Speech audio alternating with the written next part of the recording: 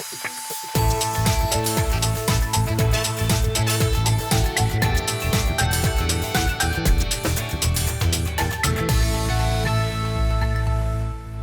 als de Chinezen is 2015 het jaar van de Guide. En dat zit voor creativiteit, compassie en het nemen van verantwoordelijkheid.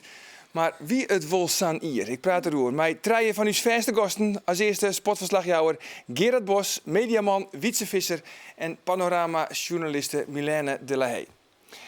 Goeien, dit is Bient op de dag dat de eindstoon van de Grutte voedselbankactie bekendmaken is. En Miranda, die is ergens in het gebouw. Voor de mensen die het nog net weten, Miranda, hoeveel is er echt alweer ophellen?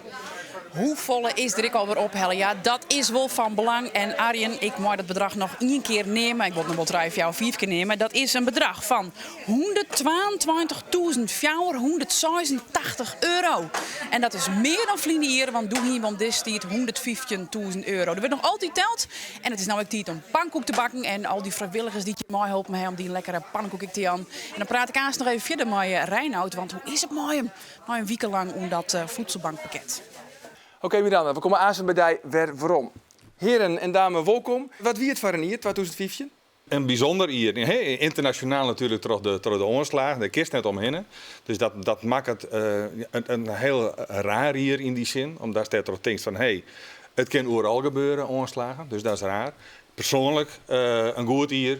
Want merkst, ik werk dan in een reclamebureau, merkst dat gewoon de economie weer onlukt, dat mensen weer wat makkelijker opdrachten verstrekken.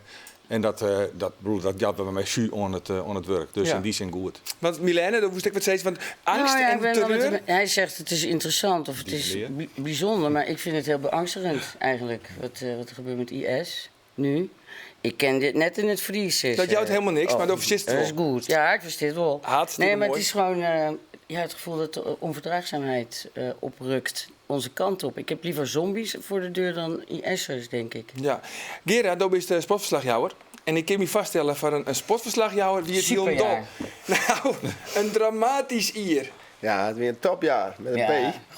Met een B. Ja, het is natuurlijk net een fantastisch wedstrijd. Ik bedoel, landelijk jongen, maar Nederlands elftal. We hebben wat op een ritje gezet, speciaal voor jou, om even lekker in het programma te komen. Dit is jij, jongens. Leuk.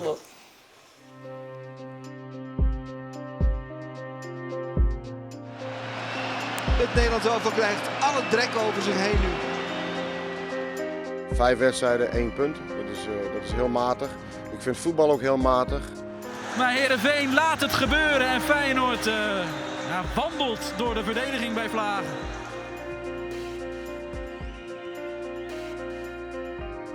Wat moet je zeggen? Dit kwam gewoon vanuit het niets. En Nienhuis zit mis. Doe maar, die kan er ook nog wel bij.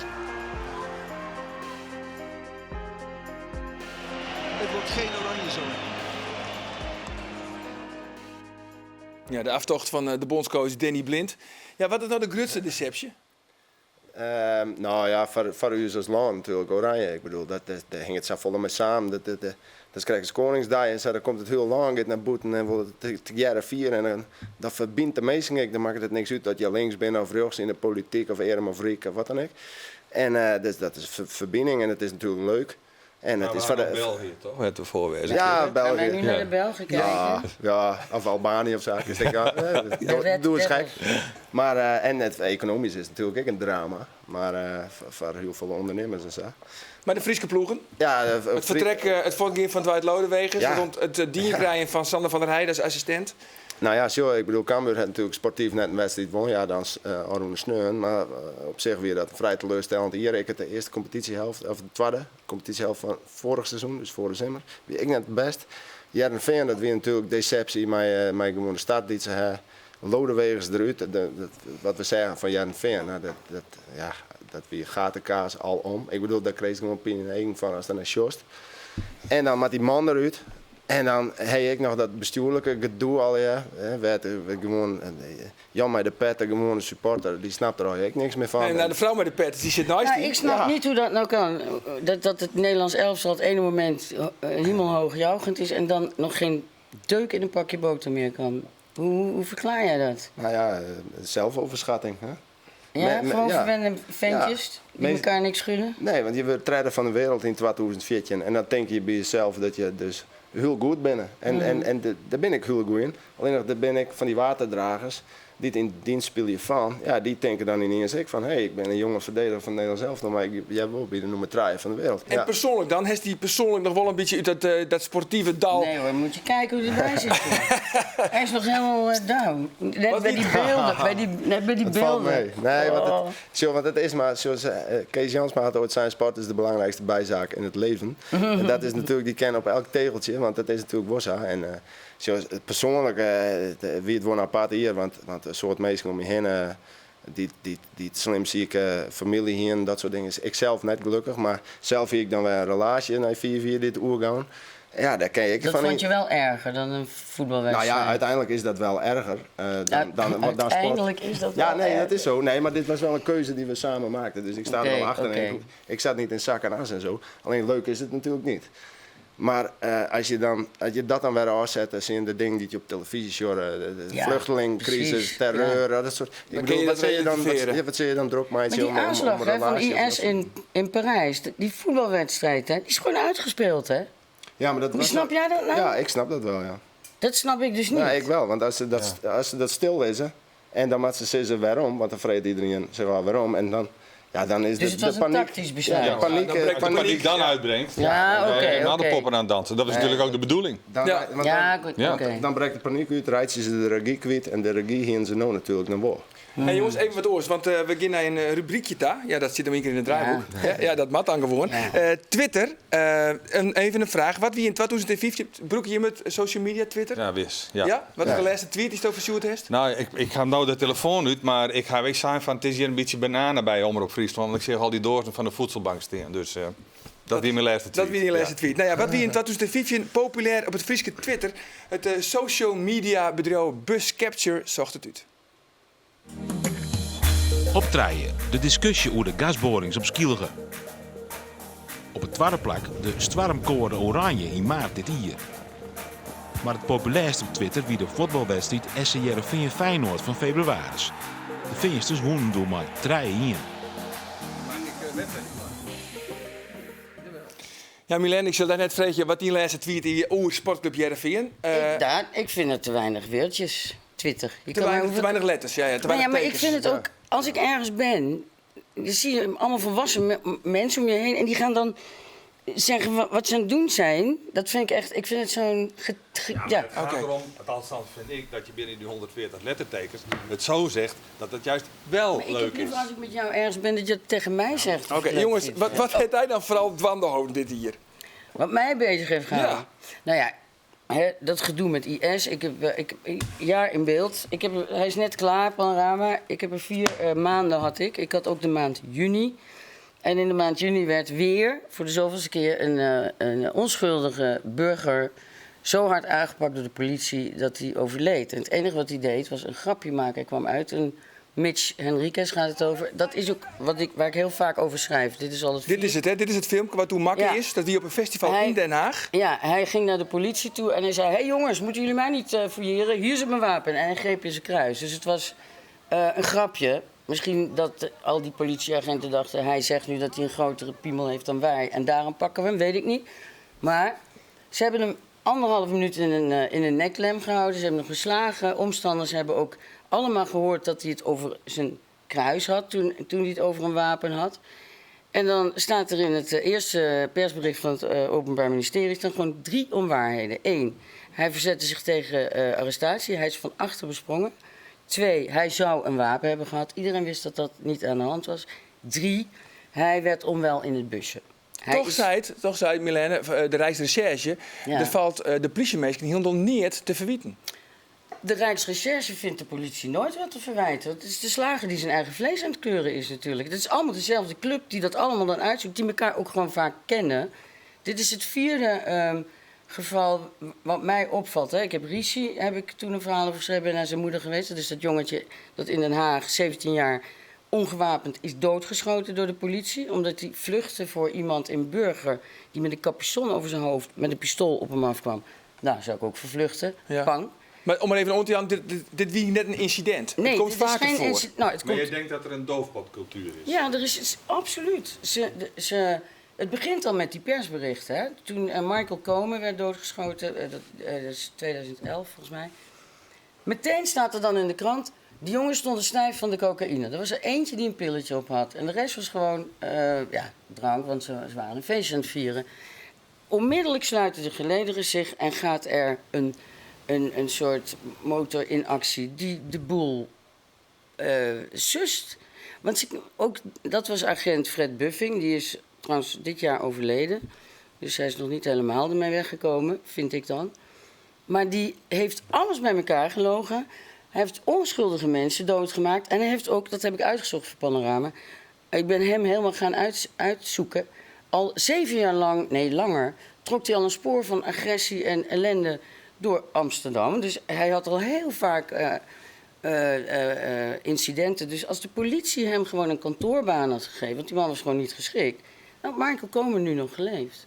Ja. Hoe kun jij wat denk jij als kenner, zeg maar, omdat je dit volgt, hoe kun je zo'n cultuur dan doorbreken? Wat moet daarvoor gebeuren? Nou, ze moeten een zelfreinigend en zelfkritisch orgaan blijven. Ze moeten niet elkaar...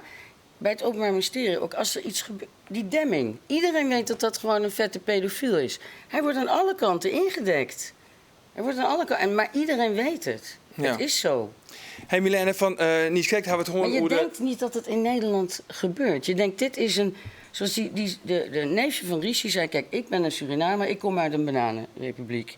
Daar is het gewoon, de politie heeft altijd gelijk en de burger niet. Hier doen ze net, hè, want er is een hele poppenkast eromheen, alsof er allerlei onderzoeken worden gedaan. Maar uiteindelijk komt het op hetzelfde neer. Het is toch raar dat er in Nederland nog nooit een politieagent voor de rechter heeft gestaan wegens het onterecht doodschieten van een burger? Dat kan toch niet? Wij hebben het er niet... Iedereen maakt toch een fout? Ja. En dat is daarom er is dus een doofpotcultuur hier in Nederland. Ja. En met onbestrafte politiegeweld. Nies Kijk, hebben we het gewoon over de sportieve malaise. Is er dan heel en dan niks leuks gebeurd in 2015? Ik heb een heel bijzonder mens ontmoet. Nou, vertel. Die heeft zo'n indruk op mij gemaakt. Dat is een lid van een motorclub. Die ontmoette ik in Leeuwarden. En wij zijn het hele weekend op pad geweest met die motorclub. Ik zeg niet ernaar, want hij wilde daar ook helemaal geen rug. Want ik vond het meteen een verhaal van Panorama. Maar toen ik het vroeg zei, dacht ik al, nee, dat ga je niet doen. Die heeft gewoon die vertelde mij, hij is baggeraar. Stoere kerel, weet je wel, gewoon werkt met zijn handen. En die heeft een nier afgestaan afgelopen jaar. Ik zeg, aan wie, hè? Ja, aan waar, ja. Broertje. Nee, zo. Hij zegt, ik heb er 2, ik heb er maar 1 nodig. Ik denk, maar je gaat toch ook niet zonder reserveband, ga je onderweg, weet je wel. Maar als hem nou iets gebeurt, dan staat hij wel als eerste op de lijst. Maar hij heeft het gewoon gedaan. En ik dacht, jeetje, daar ga je van nadenken van dat dit soort mensen nog bestaan, weet je wel. En al die slechtheid. En dat is 1 druppeltje op een gloeiende plaat. En Denk je dat er zoveel slechtheid is? Ja. Ja? Ja, ik heb helemaal geen positief. positief. Negatief wereld. Heel negatief, ja. Ja, je moet natuurlijk wel de goede dingen ik benemen, want we hebben nog goed. Nee, maar daarom benoem ik deze man. Laten we dan een positief punt erbij pakken, jongens. Doen, dus ik heb nu ook, ik denk dat misschien moet ik ook maar... Nou, even van wat fleur in de uitzending. Even de actie van de voedselbank. Dat is toch een mooie actie. Ja, even opklappen, hè. Ja, toch? Even applaus. Hoeveel? €122.000. En degene die daar volle meer van weet, dat is Miranda. Die zit nou in het Mediacafé, nevens mij, of in de voedselbankstudio. Onder het pannenkoekbakken met Reinoud Ritsma. Ja. En Reinoud is vanzelfs de ambassadeur van deze actie. En ik vreeg me hoe shot hij nou waarom op deze weekend? Nou, dat wil ik hem dadelijk zeker even vragen. Maar ik wil nog even zien om zien te litten dat het leeft. Want er wordt nog van alles binnengebracht. Waar ben je? Ik ben Brun Koolman en ik kom je erachter. En wat heet mooi naam nog? Ik heb het krispakket, of de waarde van het krispakket, mijn naam van mijn vrouw. Die mij van haar werk voor een x-bedrag uitziet. En dat hebben we voor het tweede hier op Reino in koffie omzet. En dat moet ik je jong weer in brengen. En dit heb ik van mijn collega Douwe Veenstra mij gekregen. Dit komt uit een verlotting. Hij zei, neem dat, ik neem mij. Dan is van een goed plak. Nou, dat tellen we aanstek nog mooi. Wil ik een pannenkoek van Reinoud? Ja? Hey, Reinoud, eindelijk treffen we elkaar live. Dit is een pannenkoek met het onderop-logo. Je gaat Pieter maken. Ja, dat is fantastisch of niet? Nou, de lusje helemaal toch. Alsjeblieft, van meneer Koelma. Dank u wel voor je bijdrage. Hey, Reinoud heeft een week lang leeft van het voedselbankpakket. Ja. Hoe giet dat? Ja, dat is heel dreig zelfs. Dat is heel lastig. Maar het is wel heel leuk. Maar ik begrijp wel dat er mensen zijn die denken van... Dat is net heel makkelijk. Wat vond je het moeilijkst? Nou, als ik hier 30 euro had kregen en ik had zelfs een voedselpakket kregen. En als dan het voedselpakket thuis is, dan mag je eigenlijk wel om denken dat het product niet erin zit, zoals piek of zo. Dat is op het datum houdbaar tot het datum als het pakket krijgt, zeg maar. Dat is eigenlijk dus gelijk opeten. Dus als je denkt van nou het is jongen, ik zet de morgen warm al even naar. Ik eet nog wat even doors. Ja, dan ben je te laat. Ja, want ik maak de verpakking hier met de weer eigenlijk net goed meer. Ja, dan weet ik Dus niet ja. helemaal goed. Dus Nee, de keuzevrijheid wordt wel minder. Ja. Hey, we hebben het, ik hoor het waarom op het aanroende hier. Ja. Wat is dan die moment van 2015? En mag ik die aan trouwens? Oh ja, Ik zie tuurlijk. wat. Ja, dit is lekker. Dit is lekker pannenkoekje. Ja, mooi hè? Nou, wat ik heel leuk vond zelf is, dat doe ik al heel lang en nu mocht het eigenlijk van de omroep, dat we check op locatie opnemen mochten. Dat vond ik fantastisch, want ik ging weer naar de Squalenta, dus echt naar de band daar. Dus die werden helemaal enthousiast ervan. En mijn vangrail hebben we 150 shows in dit hier, dus dat is heel bijzonder. Ja, daar ben ik burg van, maar wel heel erg leuk om te doen. En wat ik heel bijzonder vond, en ik wil heel verdrietig voor zelfs, wie dat moment dat wat de bar in Parijs. Ja. En dat we de dag daarna moesten hier in Leeuwen, ik weet dat ze Expo moesten spelen. En er zijn 4000 mensen en hier de organisatie nu vregen van je moet een minuut stil te houden op dat moment. Ja, en dat was voor mij een heel moeilijk moment en ik een heel bijzonder moment. Als dat dan shows wat er dan gebeurt en wat er bij mezelf gebeurde, dan is het... Wat gebeurt er dan maar die zelf? Nou ja, dat was heel verdrietig. Maar dan was het dus verdrietig van 4000 mensen. Dan begin je te goal. En dat heet ik dan nooit mij maken. Dat ik dan op het podium zit en dat is dan een minuut stil te horen mast. En dat het dan ijzig koud wordt in zo'n cel. En dat is dan spelen mast. Ja, dat is wel heel En rekkert het die dan omdat het dichtbij komt? Omdat je denkt, wat mooi dat iedereen nou op hetzelfde moment denkt om hetzelfde. Dan op zo'n moment denk je dus toch aan die mensen wat er dan gebeurd is. En wij hebben natuurlijk een band en de Angels of Death die aan te spelen in Parijs.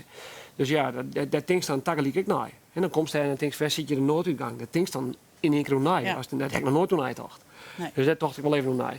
Maar goed, we gaan nou een prachtig bedrag met de voedselbank ophellen. Ja, fantastisch. En ik heb zin in pankoek. Ik hoor net van pankoek, maar die van Dijk ben lekker zo. Nou, bak maar naar, joh. Ja. Deze is van Dijk, Harry. Dit is de M van Miranda. Die had Pieter voor die bakken. Die is beter op eten. Ik leer. Sorry, gaan we door weer een praat Miranda. Daar komt het van. Nou jongens, Milène wil die verbrande pannenkoek. Heerlijk. Die van Milène, ja. Ik hoor hem apart. Oké, Miranda Tiegetank, even zelfs zeggen Reinoud Tiegetank als ambassadeur van deze sympathieke actie. Jongens, Tiegetank? Heel erg bedankt. Oh, Tiegetank. Zo leer je weer wat meer, hè? Okay. Dan nog even een statistiekje, jongens. Want wat wienen eigenlijk in 2015 de meest onklikte berichten op omroepfriesland.nl? Je zag het nou. Op treien Nijs van een Manelien, de stagiaire die bij een Drachtster bedrijf weigeren wordt vanwege zijn homoseksualiteit. Het tweede plak is voor kunstenaar Joris Collier, die in de Grijde bij Riepsjerk nekende vrouw beschilderd met een koude print. En het vierwaai meest lezen bericht is het versterren van acteur Renze Westra in maart van dit jaar. En dat we in de meest lezen berichten op omroepfriesland.nl. Wietse, we hadden het hier een heel soort over media en beeldvorming hebben we hoe praat. Ja. En in dat ramp was de Joet het over de vlechteling. Ja. Onder de hand van 4 foto's. Ja. En mijn Sintel dit een hoe het beeld ook uw manier van denken beïnvloedt. Okay. Dus let maar zien. De eerste foto, het probleem eigenlijk, hè? Beeld onder de Syrisch-Turkse grens werd IS op de achtergrond shit en meestal van de tekst in. Ja, nou, je ziet nou een foto, maar inderdaad, op de achtergrond zie dat IS ontshitten weer en zie je de meestal van het hek staan. En dat joeg eigenlijk in één beeld heel goed de kern van het probleem weer. Mensen gaan gewoon op de vlucht omdat ze OSD'ers-ketten worden. Nou, en die willen gewoon naar een plak daar waar het veilig is. Zo simpel is het. Okay. En dat waren in dat beeld, in Nederland, waar met dat beeld confronteerd en toen wie we ons van bewust van, ja, het is een groot probleem. En dan komt foto 2 en dan gaat het over het begrutje. Ja, de foto 2. Nou, er winnen al die boten die kwamen richting Europa. Ja. Er winnen door al gelopen van hoe moeten we dat doen. En toen kwam en toen wie er ook al van, kunnen we dat al wel aan? En toen kwam dit beeld van het jonkje op het strand dat dat deelhaai. En het weer een groot begrutje. Dus plotseling kregen we naast dat er een hele proot op ons aankwam, kwam er een beeld van wat er heel groot begrutje bij ons teweegbracht. Nou, en dat was ook het moment waarop we meer accepteren dat mensen in de tak komen koeren. Ja. Maar die foto, misschien wel de foto van 2015? Ja, dat is gewoon de belichaming van het drama. Ja, zeker. Ja, Ben, bedoel, dat werkt het op de emotie.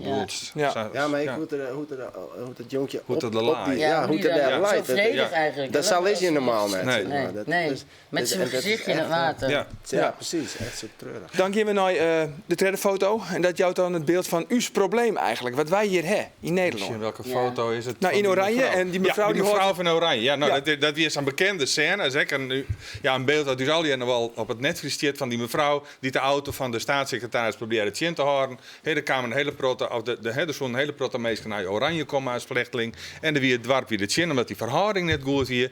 En de staatssecretaris kwam er persoonlijk naar daar en de protte opschoor. En die mevrouw die ging voorstaan en die wilde die auto chin houden. Die waren onder de jermlutsen, die voel en die bruts door haar bovenjerm. Maar dat weer echt dagelijks weer dat een beeld van onmacht. Hè? Want in Oranje weet helemaal net zo dat ze absoluut geen vluchtelingen gaan worden. Alleen ze weer veel te zeggen hoe vallen door het aantal. Ja. Nou, dat tekent gewoon het probleem West als land. Maar het is van, wij hebben van tevoren net goed inschat van wat u zo'n kommer zoeken. En dan mag niet maatregelen nemen.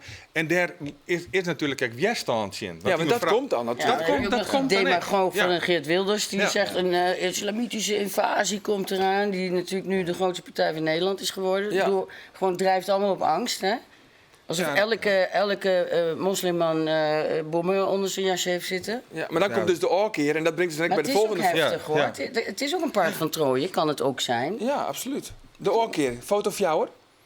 Nou ja, dat ben, dus in verband met het eventuele neetopvang waren al die inspraak houden. En daar binnen een hele protte mensen binnen een gigantische keer. We hadden al een week ook weer in de Geldermalstation. En wat ik daar heel erg jammer vind, als het door beeldvorming was, dat een groep van relatief heel weinig mensen dat is maar een heel klein daar een hele grote invloed had op de manier waarop wij daar denken en eventueel ook mee omgaan. Ja. Het is van de gekke dat een zeg maar 50, 60 mensen een openbare vergadering verstoren. Ik bedoel, dat is gewoon heel ernstig in uw democratisch bestek. Maar dat is wel hoe het altijd gaat bij dit soort dingen. Want alles wat mensen net mee eens zijn, de mensen die het net eens zijn, zal jij erop staan. Dan de mensen. En er zullen net 200 man opstaan en loert scanderen dat ze het er helemaal mee eens zijn. En dat het mooi is dat ze er komen. Want die zijn er natuurlijk wel. Het loert van de mensen die er net mee eens binnen, Nee, die laten haar altijd... Mensen schrikken er natuurlijk van. Het is ook logisch. Het is gewoon... Het zijn maar communicatie, hè, daar gaat het ook om. men Want had- Oranje, dat weet je net goed hoe communiceert. Nou, dat wordt op laatst een plakje zacht. Nou, dan daar maar in het. Terwijl ze daar al zo'n 100 of zo'n 150 krijgen. Dus daar had Nee, maar de communicatie is daar ook heel heel erg belangrijk in. En dat maakt ook een zekere reis brengen. Hè? Want het is echt een soort van shock-effect. Want dan had die onslagen wereldverhaal nog echt erbij. En dat jouwt echt het gevoel van een soort van onheimisch gevoel. Oeh, bliksem, het kan hier echt gebeuren. Ja. En oeh, zo ertussen al die vluchtelingen niet zitten. En wat ik tegelijk onjaan wil is van... Er binnen een hele protte mensen volle meer dan in beeld komen... die juist heel erg goed dan wel. Ja. Ja. Hè? Bijvoorbeeld, stuurt een mooie foto, de laatste foto op een hier in Ljouwert, maar Warkemaster Kronen, Ja. de neetopvang. Nou ja, dat hier van de week echt vond ik geweldig dat corona dat zei, hè, want die mensen die in die neetopvang zitten, die er van het ene plak naar het oren. Ja. En dat is echt een vorm van onmenselijkheid. Hoe lastig het is, maar het COA dat weer van plan om 400 mensen te verplaatsen. En burgemeester Kronen die is er als het ware voorlaan gaan. Die zei van, dit gaat net gebeuren. Ik zwaar ervoor dat die mensen hier blijven kennen. Want in januari kennen ze gewoon 400 keer naar 200 meter verder, keer weer naar een plak daar. Dan blijven die mensen maar bij elkaar. Dat is volle beter dan dat ze steeds maar weer heen en weer gebracht worden. Dank, Wietse, van die beeldverslag. We zijn er heen, jongens. Nog even heel kwart. Inwut, 2015, wat wie het voor hier? Goed. Goed. Afgelopen jaar? Ja? Niet goed. Niet goed. Net goed. En dan? lichtelijk teleurstellend. Lichtelijk teleurstellend. En Safir, deze laatste win van dus een lichtelijk teleurstellend 2015. Over januari, dan ben we er weer. Maar in hier 2016. En dan, dag.